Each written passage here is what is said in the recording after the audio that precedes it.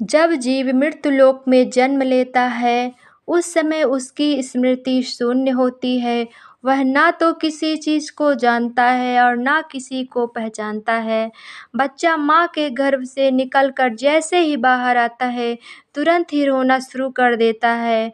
वह ऐसा तकलीफ में करता है या कोई और भी कारण है जिसे हम समझ नहीं पाते हैं। क्या आपने भी कभी सोचा है कि आखिर बच्चा जन्म लेने के तुरंत बाद रोता क्यों है?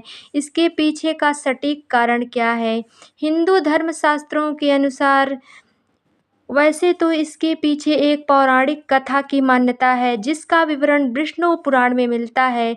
इस्लाम में भी बच्चे रोने की अलग-अलग कारण बताए गए हैं, लेकिन सच्चाई क्या है? यह एक ऐसा सवाल है जिसका सही उत्तर हम सब जानना चाहते हैं। शिशु के जन्म लेते ही रोने के कारण को विज्ञान एक सहज और आवश्यक प्रक्रिया मानता है। तो दोस्तों, वीडियो में सबसे पहले हम बच्चे के रोने के कारण को लेकर वैज्ञानिक दृष्टिकोण समझते हैं, फिर हिंदू धर्मशास्त्रों में वर्णित उसे पौराणिक कथा को जानेंगे, जिसका उल्लेख विष्णु पुराण में मिलता है। नमस्कार दोस्तों, स्वागत है आप लोगों को मेरे यूट्यूब चैनल में। जब जीव को नए शरीर के रूप में स्त्री के गर्भ में स्थान मिलता है, जब तक बच्चा माता के गर्भ में रहता है, तब तक वह सांसारिक दुनिया से अनजान होता है। माता के गर्भ में वह जीवित तो रहता है, परंतु वह सांस नहीं ले पाता है। उसके शरीर को खाना पीना इत्यादि माँ से जुड़ी गर्भनाल से प्राप्त होता है। बच्चे के फेफड़े तो बन जाते हैं, लेकिन वह प्रयोग में नहीं रहते।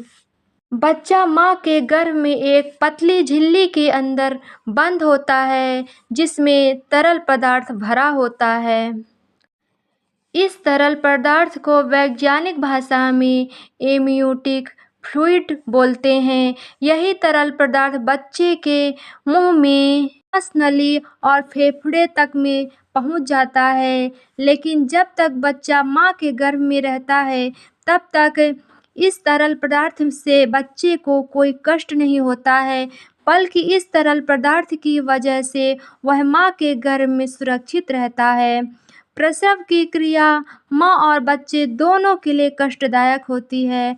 बच्चा बहुत ही सक्रिय मार्ग से निकलकर दुनिया में आता है। जिस क्षण बच्चा माँ के गर्भ से बाहर निकलकर इस संसार में आता है, उसके आसपास का परिवेश बदल जाता है। अब शिशु को जीवित रहने के लिए श्वास की ज़रूरत होती है। शिशु के फेफड़े प्रथम बार काम करना शुरू कर देते हैं, लेकिन फेफड़े में वही तरल पदार्थ पहले से ही भरा होता है, जिसे बाहर निकलना बच्चे के स्वास्थ्य के लिए बहुत ज़रूरी होता है।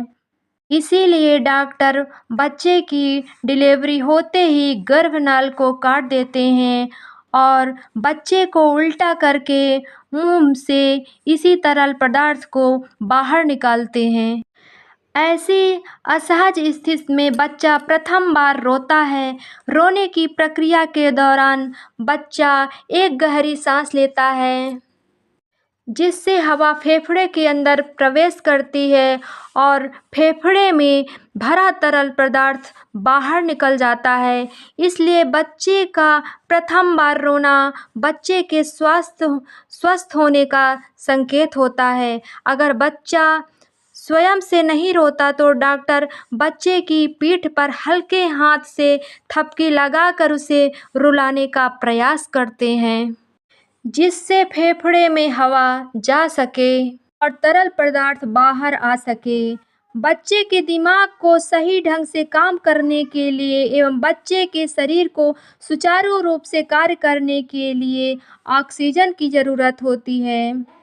जिन बच्चे के फेफड़े से तरल पदार्थ नहीं निकल पाता, उनके फेफड़े में पर्याप्त हवा नहीं पहुंच पाती। ऐसा होना बच्चा के लिए खतरा हो सकता है।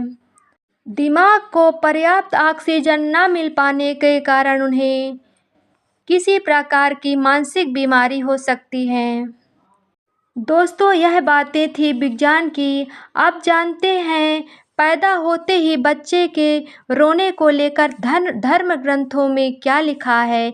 शिशु जब प्रथम बार रोता है तो उसके रोने का स्वर कुछ इस तरह सुनाई देता है, जैसे कि वह पूछ रहा है कि मैं कहाँ हूँ, मैं कौन हूँ।